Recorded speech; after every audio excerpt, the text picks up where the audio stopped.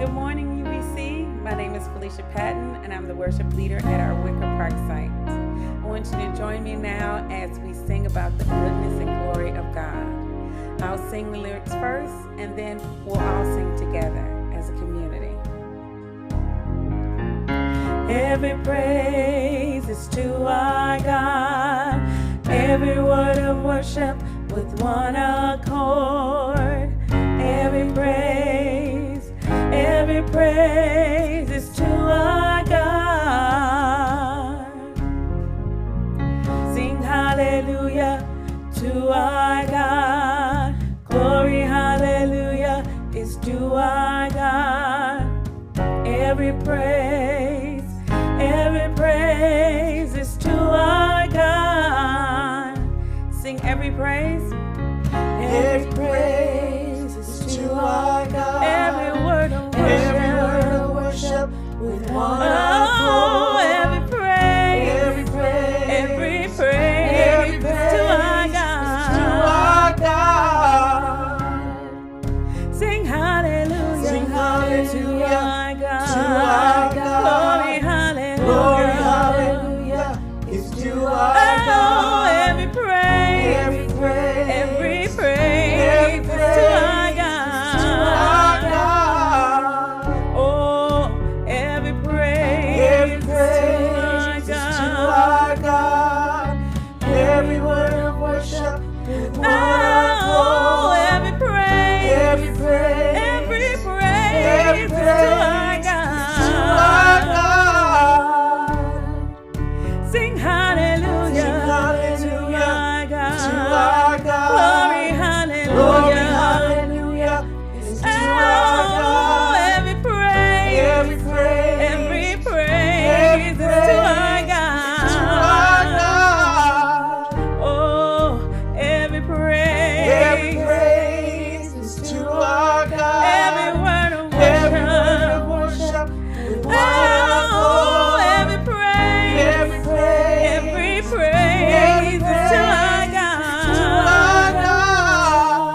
Oh, sing hallelujah to our God. Glory, hallelujah is to our God. Every praise is to our God. Sing God my Savior.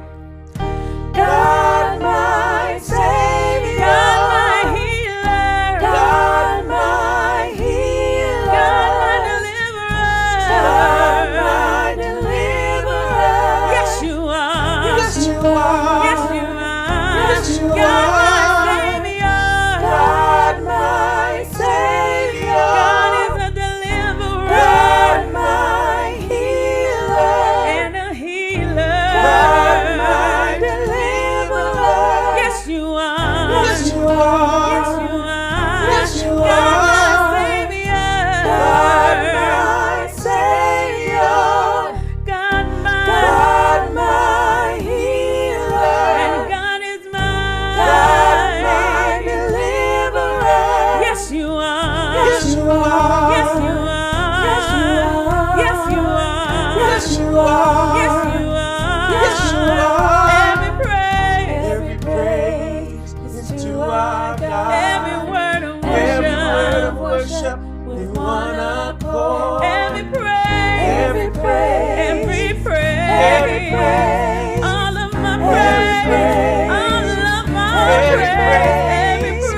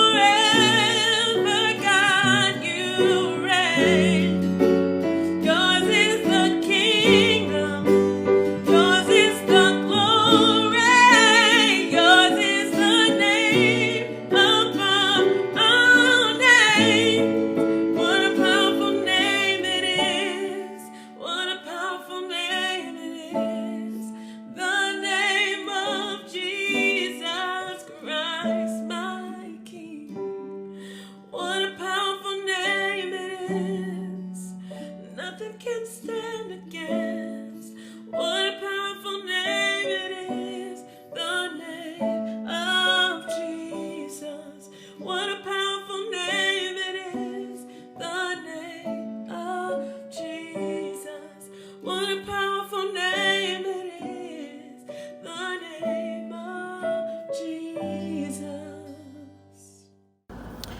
Good morning, friends. I am Christian Kuhn. I am the pastor of Emerging Ministries at Urban Village Church, and also I'm the pastor at River Forest United Methodist Church.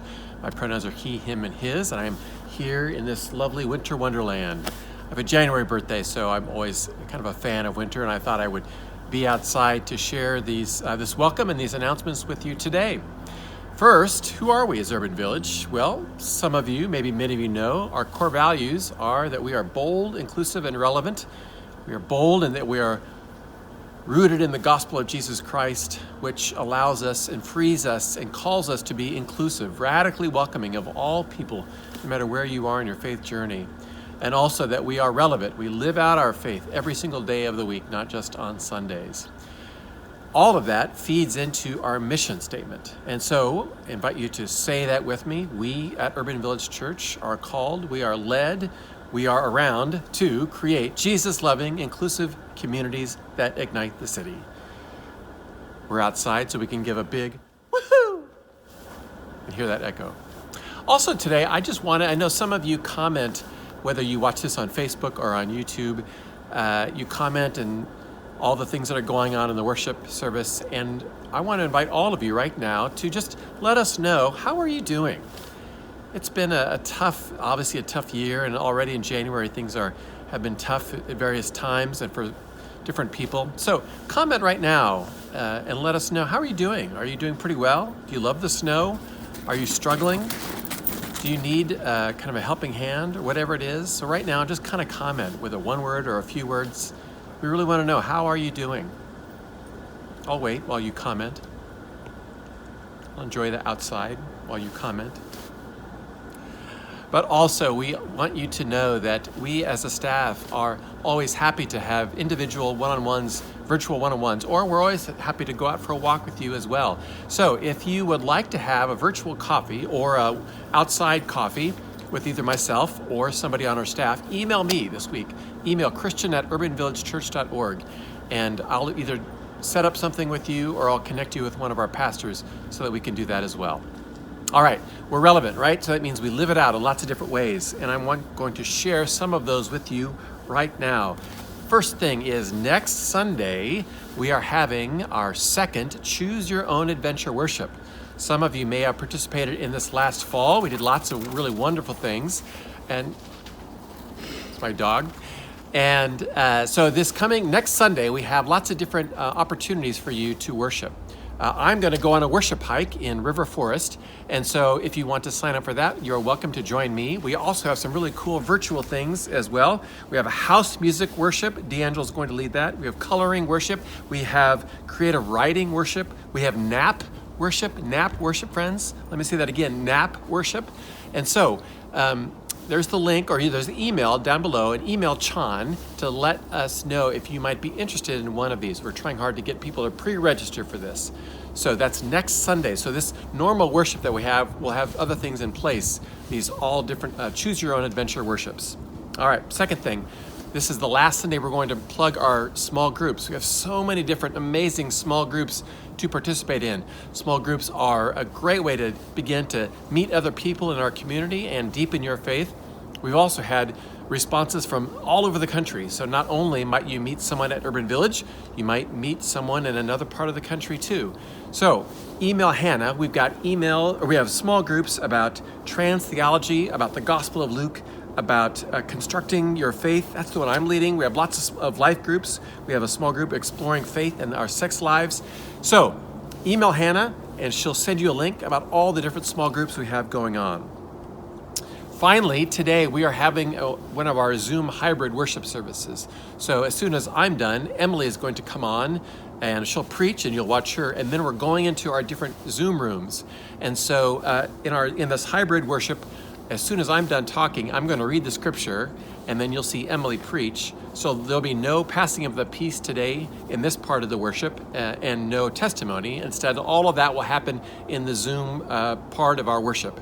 Also, in that Zoom part of the worship, we're going to be having a special blessing today for people who have undergone name changes. It's going to be a really powerful time for those folks. And so we want to make sure that so many of us gather together for that blessing. And that'll happen in the Zoom portion of our worship today. So you can go on there, go to whatever worship site you intend. If you aren't a part of a worship site, then you can choose one and again, meet some new people. To go to that Zoom part of the worship, we're going to use the same link that we use for our coffee hour. So it's bit.ly/UVC coffee hour. You can see this on your screen. It's case sensitive, so make sure you get all of the letters right. I think that's it. So now I am going to read, my dog again. I'm going to read the scripture for today. This is what Emily's going to be preaching on. This comes from the book of Genesis, chapter 32, verses 22 through 32, and this is from the Message translation. But during the night he got up and took his 2 wives, his 2 maidservants, and his 11 children, and crossed the ford of the Jabbok. He got them safely across the brook along with his possessions. But Jacob stayed behind by himself, and a man wrestled with him until daybreak. When the man saw that he couldn't get the best of Jacob as they wrestled, he deliberately threw Jacob's hip out of joint. The man said, "Let me go, it's daybreak." Jacob said, "I'm not letting you go till you bless me." The man said, "What's your name?" He answered, "Jacob." The man said, "But no longer. Your name is no longer Jacob. From now on, it's Israel, God wrestler. You've wrestled with God and you've come through." Jacob asked, "And what's your name?" The man said, "Why do you want to know my name?" And then, right then and there, he blessed him. Jacob named the place Peniel, God's face, because he said, "I saw God face to face and lived to tell the story." The sun came up as he left Peniel, limping because of his hip. This is why Israelites to this day don't eat the hip muscle, because Jacob's hip was thrown out of joint. This is the word of God for the people of God. Thanks be to God. Emily, take it away. Good morning, Urban Village Church. My name is Emily McGinley. You can talk about me using the pronouns she, her, and hers, and I serve as the executive pastor. It is so good to be with you this morning, and particularly this morning as we look to this passage about what it means to be named, known, and sent out by God after having done our hard work. And so as we delve into our passage for today, let's begin with a word of prayer.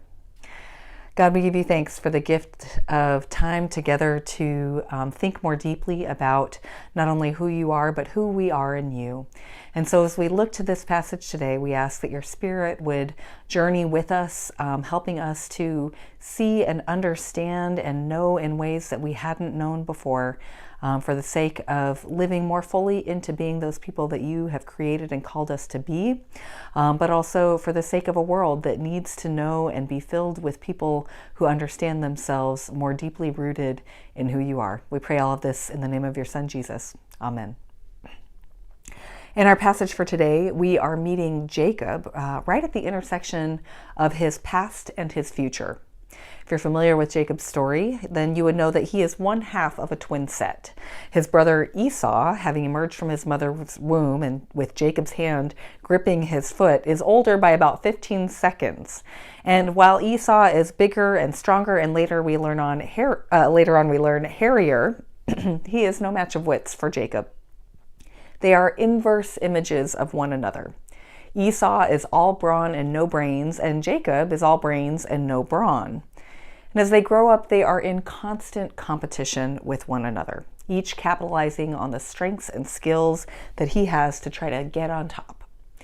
But throughout it all, Esau is assured a privileged perch by virtue of his eldest son status, which means he is guaranteed to inherit their father Isaac's birthright and blessing. Now, if you've been following the soap opera that is God's promise played out with Isaac and his father Abraham, you'll know that this birthright is a promise to be the lineage through which a whole nation will emerge and multiply under God's care and direction. And Jacob wants this birthright. So, with the help of his mother Rebekah and a bit of goat hair, he manages to fool his elderly father, whose failing eyesight and imminent death set just the right circumstances so that Jacob needs in order to do his brother dirty. He snatches that birthright just before Esau returns from a day of hunting, and it isn't long before he's fleeing for his life. He travels through the night, stopping halfway to rest in the wilderness in a place he eventually names Bethel, God's house, where he has his first mystical experience. God meets him in a dream and affirms that the birthright is now his. And so over the next roughly 15 years, Jacob has been working as hard as he could to build out his life. And after years of labor exploitation by a distant uncle and becoming the victim of a wedding night bait and switch, I told you this was a soap opera, Jacob is finally free to set out and live into that birthright. He's been able to outrun his past misdeeds, but now he can run no more. Just as he's headed into this new life, he finds himself coming up against the news that Esau is coming for him, and he's bringing 400 of his best friends. And so after shepherding his family, his flock, and his servants safely across the river of Jabbok, Jacob again finds himself spending the night in the wilderness alone. And again, he encounters God's presence just as he did in Bethel. But this time, instead of a dream, instead of an internal spiritual shift, Jacob encounters God in an undeniably physical way. A divine stranger comes upon him and is here to take him down. Now, scholars have different opinions about who this stranger is. Is it God? Is it an angel? Is it a spiritual representative of Esau? No matter who it is, and even though Jacob is no warrior, he manages to hold his own throughout the night as they grapple. Dawn is approaching and they are at a stalemate, and the stranger tries to take him down with kind of one last debilitating blow to the hip, but Jacob holds on tight. "Not until you bless me," he says. And with that, Jacob is given a new name, Israel, which means one who wrestles with God. It is the name of his birthright, his blessing, and the name of the people who will emerge from his lineage. What's in a name? And what does a name change signify? Many of us are probably most familiar with name changes that happen around life events like and milestones like marriage or divorce. I've seen friends who are children of immigrants make a conscious choice to stop using their American name in exchange for the name that was given to them, which reflects their parents' culture of origin. In each case, and in so many others, these name changes function in a way that is similar to how we understand the sacraments, that they are an outward sign of an invisible change. At UVC, we've got plenty of folks who have experienced this kind of internal transformation that makes its way out externally, from gender transitions to adoption to simply a vehicle for understanding our whole selves better. And so I thought we'd hear from some of them. I invited a few folks from our church, Ruby from UVC South Loop, Adam from our Hyde Park-Woodlawn site, and Zadian from Edgewater to share a bit about their journeys toward their new names and what that has all meant for them. My name is Ruby, and I go to the South Loop location. And in a nutshell, when I didn't realize it until I was like 11 or 12 years old, I was different, and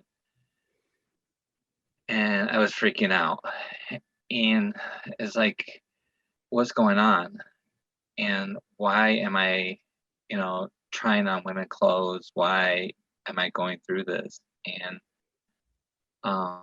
but it was something part of me that this is who I am, but I felt it wasn't, and I was scared for many years. And I'm 46 years old now, and for 30 years I've been hiding this, and I didn't realize when I was in my 20s, I didn't realize I was attracted to both men and women, but I didn't feel right about who I was.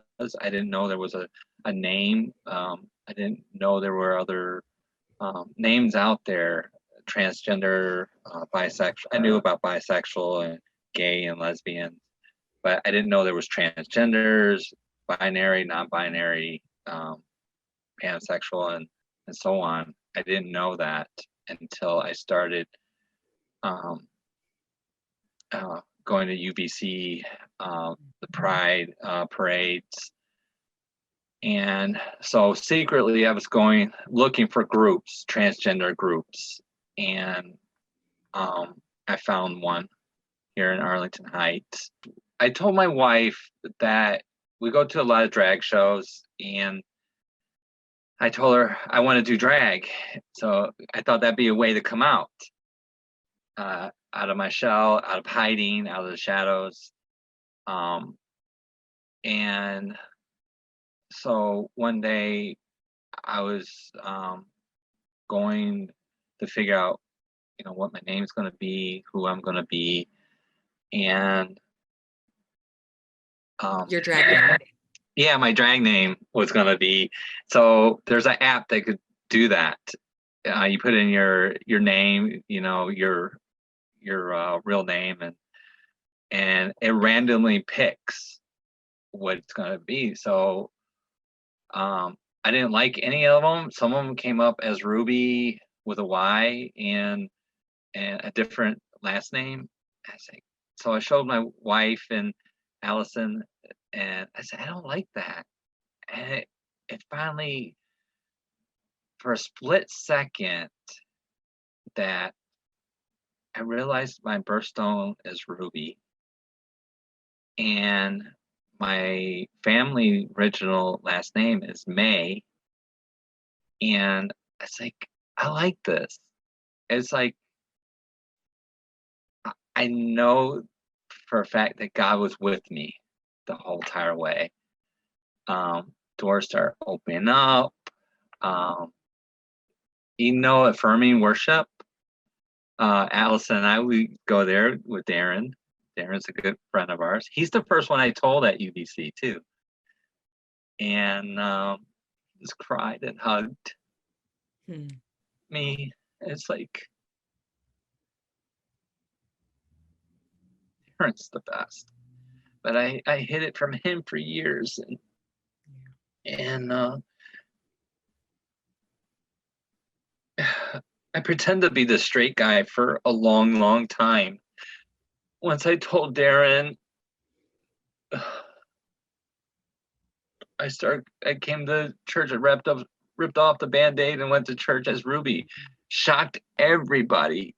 I mean, everybody, like, some people didn't want to talk to me. Some people, like Christian's wife, can't remember the other guy's name, but started asking me questions. No, it's not bad, but it was awesome to feel loved and understanding with a lot of members like, what?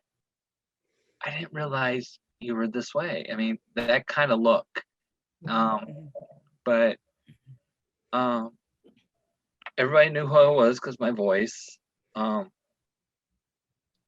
It took a while to get used to everybody, because for years, I don't know how many years we were going there, 2-3 years, and they know me as old self, but yeah, it's UVC and Darren opened the doors for me to come out more. I'm wondering, what is one kind of word that you've heard from your friends who are supporting you that has carried you through, or that you kind of, recall in your mind to kind of keep you reminded of and rooted in God's love for you? This past Sunday, my friend Patty, I mentioned to her about our church UVC is doing Blessing of the Names, and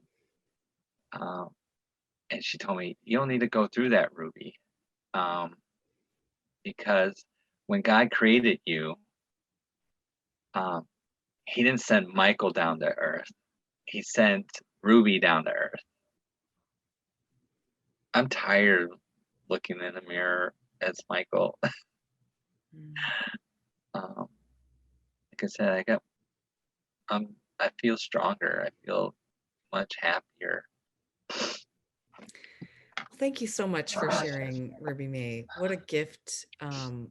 What a gift this is to the church and to other folks who are joining us online, maybe for the first time. I am excited. I know that other folks at UVC are excited to journey with you as you continue through this transition. In as much as we are able, we want to be that kind of community that can sort of hold that space for you. And I hope that you are blessed by this opportunity to share a little bit of your story and be an encouragement to other folks at UVC as well. I'm Adam Jones now, and I go to UVC Urban Village Church, and I just feel like that's like ever since I've been there, I feel like every time I go, it's like a new start for me. And so I feel refreshed in everybody else's presence too. So you recently had a name change. And can you tell us a little bit about like how that came to be? What's the story there? We had just got adopted, and so I just got my name. We all just got our name changed for the sake of our adoption being complete after like 3 years. So tell like what were those 3 years like for you? Because I feel like the name change is sort of the end of that journey in some ways. Could you share a little bit about because in the story of Jacob, he's kind of wrestling with who God is and himself in God, right? What was the kind of work that you had to do to kind of get through those 3 years and come to a place where you even initially said, I don't want to get my name changed, but then decided, yeah, this is what I want to do?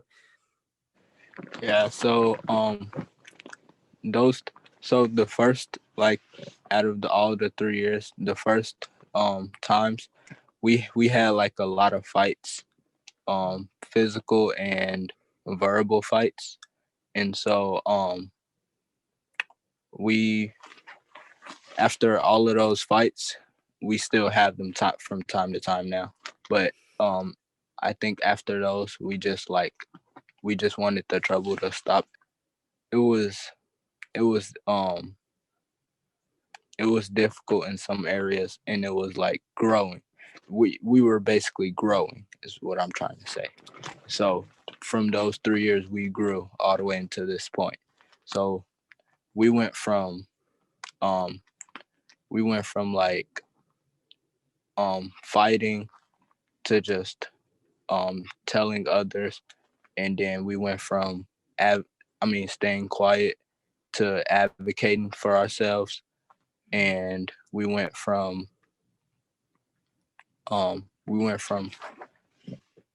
not doing our not listening to our dad as much to listening to him all the time, because most of the time what he was telling us we didn't really understand, and now we do. And so it's just a fresh start for all of us, I would say. And another thing, in those 3 years, I feel like all of us grew. Like a big part of us, all of us grew, and I think that's thanks to him, the church, mostly the church, and just the people that we were around, like his friends, family, the church, and his friends from the church, and everybody else like that. And I'm curious about how your relationship with them and in that role has been for you over the past 3 years. Like our relationship, me and my brother's relationship used to be like, it was not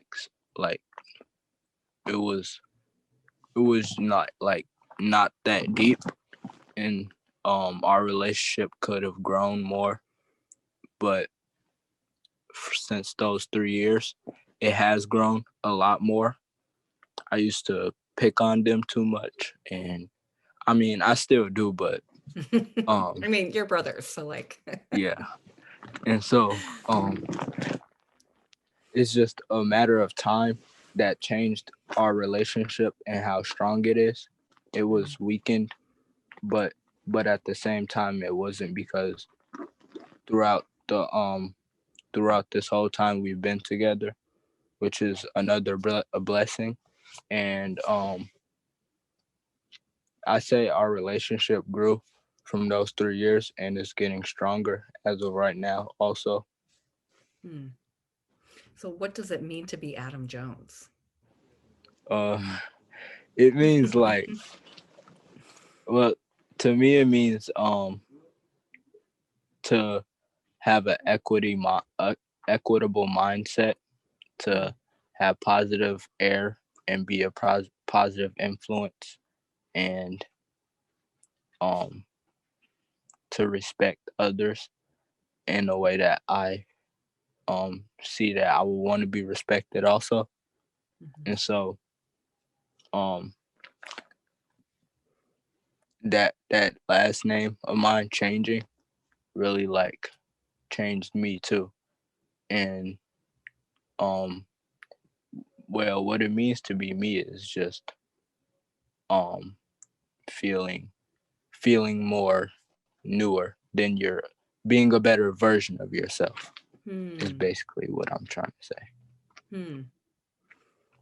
Sounds like you have experienced kind of like a shedding, like you like Yeah. kind of like how a snake sheds its old skin, and you have this new skin that gives you an opportunity to respect others, but also respect yourself in a new way. Yeah. Um, and what a gift that is. What is a way that that the church can be church for you and your brothers during this time with this? So recently we had just me and Anne Marie. We just went to a church. I don't remember the name of it, but it was like a church community with Hannah there, and I think we were basically we were helping pack food for the homeless and for other people who didn't have food. And it was like it was like mostly um adults there helping also, and it was um uh, like a few teenagers, and we helped in like different areas of the food. And it was like a big building where they could just walk in with a cart if they need it, and then pick out multiple various foods that they would like. And so that time I even talked to it and talked about it in school. I felt like that was a good way of contributing to the church, helping the church and community for me. That was the Proviso Township Food Pantry Yeah. service opportunity. So it sounds like maybe one of the things that that the church can do for you, and you feel like you can do for the church, is provide opportunities for service and to be active and to give back. Well, thank you so much for your willingness to share and let us into kind of the ways that God has been at work in your life and your family. And we know that this is just the midpoint of the journey, right? If even that, Yeah. as we get to continue to see you grow and flourish and help the world grow and flourish in new ways too. So thanks so much, Adam. We appreciate it. No problem. Ago. Oh, happy birthday.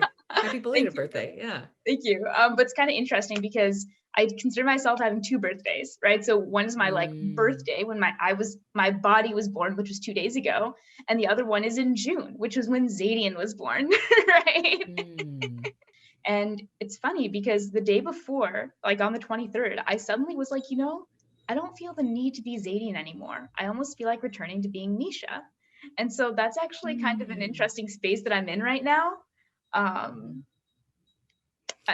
yeah, that's super interesting. So tell me, like, how did you get to a place, what was it that led to you changing your name? And now you're kind of like, in this place of like discernment again, like, do I change back? And like, what does all of that mean? What does that signify for you? I remember going to the Center for Gender and Sexuality at Boston University, which is where I went to college. And I couldn't see myself there because every trans person I saw was white. And so I was thinking, oh, it's an American thing, right? I'm South Asian, right? So like it's not for me, that's not me, but something was there, and I was like, there's got to be something more. Spring junior year, I was like, screw it, I'm going to take extra credits this upcoming summer so I can graduate semester early. It was like, gotta do something, right? I'm so grateful I did, because that led me to an acting class that summer. And what I learned from that class was that I wasn't actually in tune with my voice, and that there was a clear difference between what I was feeling and what I was saying or making my body move in a certain way. And here's the crazy thing. I didn't even realize that there was a distinction, because I was so used to dissociating myself from my interaction with the world that I thought it was just normal. And it was my acting teacher. Like, that's why I'm so grateful I took that class, because he was the one who was able to say, you're not connecting with what you're saying. Like there's a disjunct, like something is off. And I was like trying to fix it. I was like, oh my gosh, like what's going on? I need to fix this. After that, I was walking back home, and I remember thinking, what if I changed my name? And so I was just walking along, and it was so momentous, Emily, because where I was walking, like if this is the road, exactly when this happened, to the left of me, is the building where Martin Luther King Jr. became Dr. Martin Luther King Jr. Is he got his philosophy degree at Boston University. Beyond that is going to the river, which is where I almost drowned myself 2 years earlier. But it's also where my grandfather used to walk. My grandfather's first job in this country was a professor at Boston University at the medical campus. So he used to walk my mom there. And that same building where MLK became MLK, Dr. MLK, that fall, I would argue for my senior thesis there. And then to the right of me, going down that road, was the hospital that I was sent to after I had that incident. And so I'm just like here, right at the crossroads of like past and future, but I'm not looking right or looking left, and I'm not seeing straight. Instead, I see this mental image come into my head, and it's graffiti on a gray wall in red, orange, and yellow. And I see the letters Z-A-D-I-A-N. And I said, Zadian, I have never heard that name before. Wow. So that there are so many pieces to that story, where there's like kind of the richness of place, and how that it sort of located you and hooked you into a history that was beyond yourself. And so I'm kind of curious, as you have been through this journey of kind of like exploring and trying to figure out like where am I, right, in this, like in the spectrum of self that is possible out there. You kind of mentioned that, you're kind of sensing like, oh, maybe Zadian has lived their life. What was the vehicle of Zadian? Yeah, right? I know. That's what I'm wondering to too. cross this river, and what's making you sense like, oh, this is potentially a bookended period in my life, rather than just like new chapter into infinity and beyond, right? Like, right. So that's a really great question, because I don't know if I was consciously thinking about it, but Zadian, I think for me, I kind of realized I had divided myself, because I think that I almost, instead of like full circle, I kind of think of it as a pendulum swing, right? So here's Nisha trying to be Nisha, very logical, very hardworking, but not authentically true to herself. And then I swung to Zadian, right? Which was very much spirit and theater and arts and creative. And I saw Nisha as like blue and green, and Zadian as like red and orange, right? And then, but Zadian wasn't really rooted in anything, which there's a time for play and exploration, but there was also a time of just like frantic awe, you know what I mean? And I think it was swinging so much that way. And I think for me, I think I had ended up over identifying with labels. I think Zadian almost felt the need to prove something to someone, right? I don't know, Zadian was almost two faceted, right? On the one hand, Zadian was explosive, beautiful fire, energy, and life, right? In theater and art and finger painting, and that's awesome.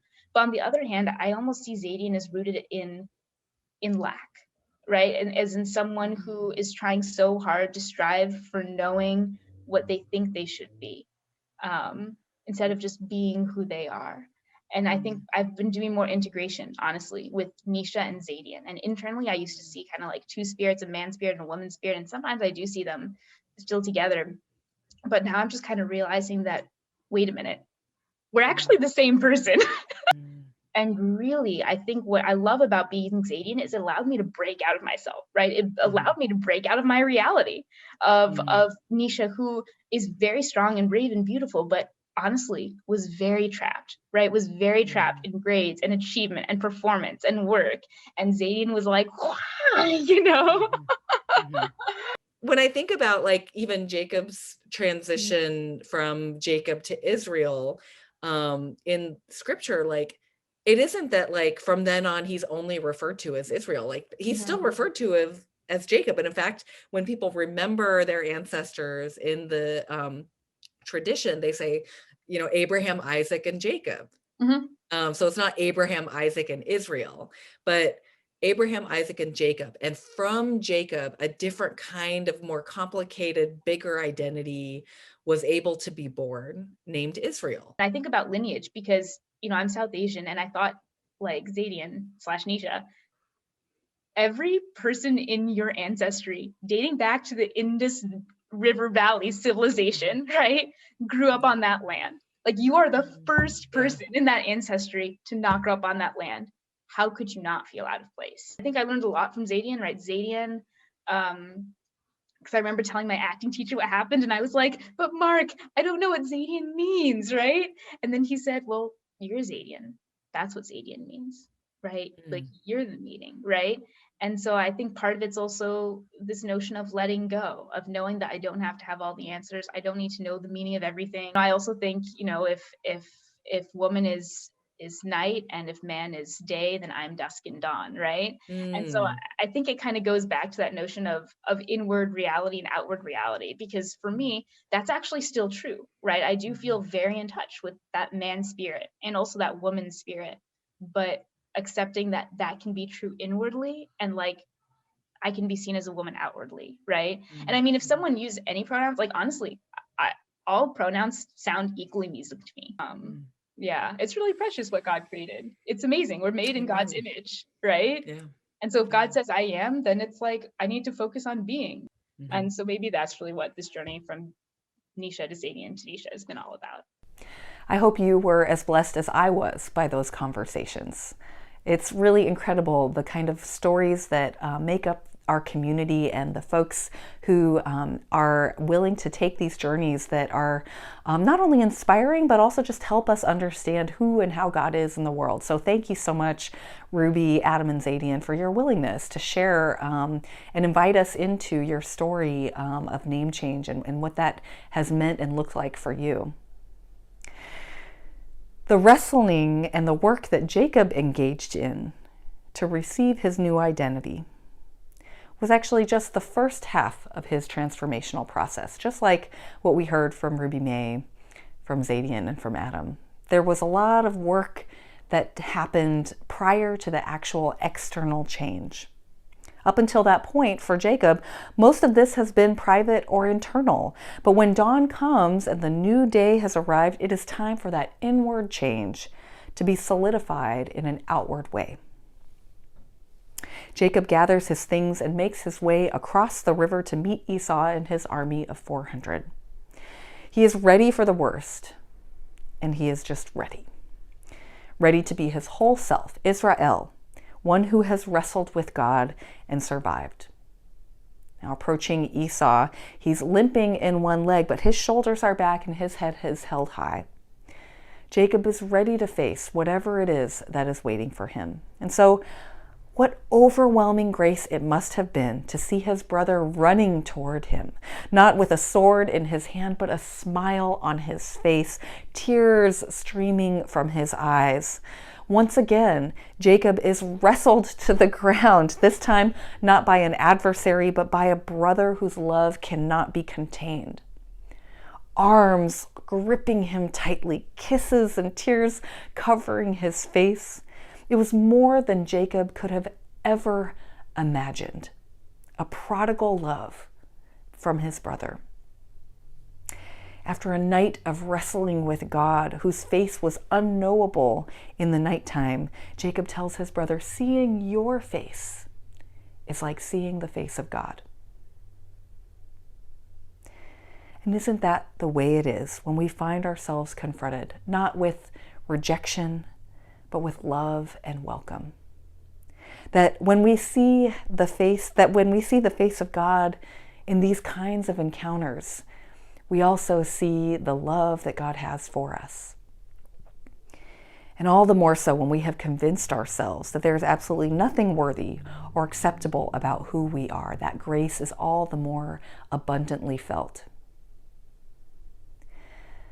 We don't know what happened on Esau's side. We don't know what the last 15 years have contained for him, what his own journey through bitterness to healing has looked like, or whether he had his own nighttime visitor the night before. But what we do know is that Esau has done his work too, and that these two brothers, once so bitterly divided against one another, have been restored and reconciled. In the end, after a sweet reunion and reconciliation, after catching up on all that has been, Esau and Jacob go their own ways. They don't become BFFs. We don't know if they even keep in touch.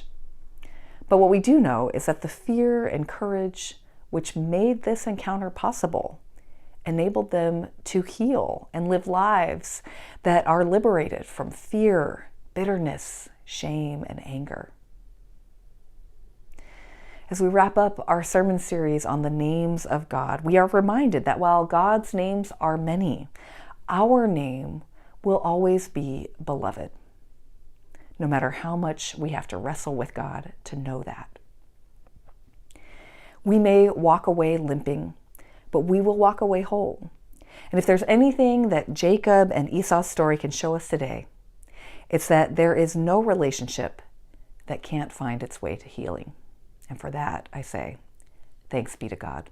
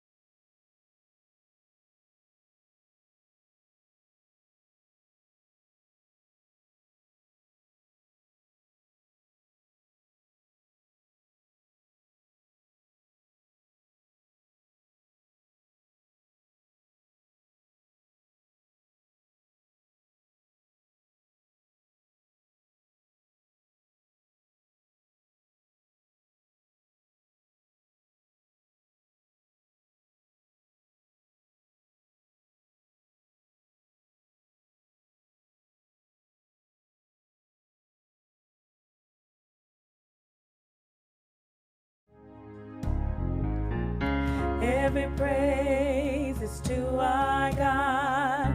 Every word of worship with one accord. Every praise is to our God. Sing hallelujah to our God. Glory, hallelujah is to our God. Every praise is to our God. Sing every praise is to our God. Every word of worship with one accord. Every praise is to our God. Sing hallelujah to our God. Glory, hallelujah is to our God.